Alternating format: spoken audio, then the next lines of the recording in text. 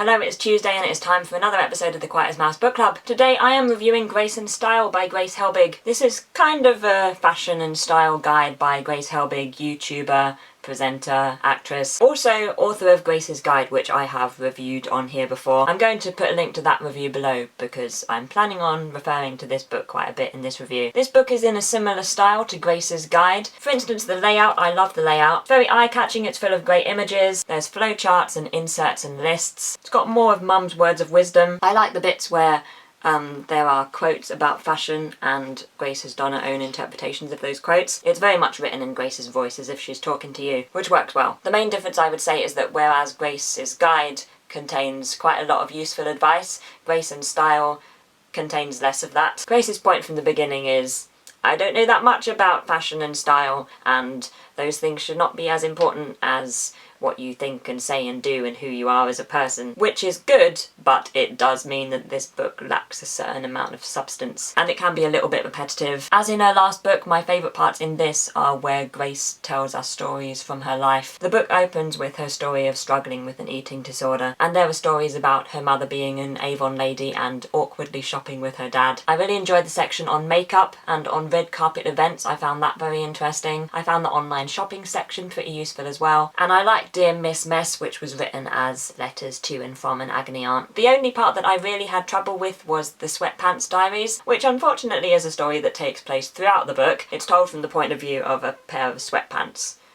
who moves to a mall. I found it a little uninteresting, and as it was the only constant throughout the book, I would have preferred to have been more entertained by it. Because I was entertained by everything else, and it was a fun, easy read. But whereas I would recommend Grace's Guide for anybody, I think anybody could enjoy this book. This book is probably more for us fans. I will give Grace and Style 3.4 out of 5. I would love to know what you think about this book if you have read it. So the next book I am going to review is How Green Was My Valley, and that will be on the 17th of May. And then on the 31st of May I am going to review The Perks of Being a Wallflower. Quite a while ago I asked for recommendations of books for me to review on this channel, and I made a note of all of them, and I've been slowly acquiring them through charity shops and stuff. This is one of them. I have finally got to this book. But yeah, feel free to leave me any other recommendations of anything for me to review on this channel. I will eventually get to them. It hasn't been that long. I hope you have a great day, and I will see you later on in the week.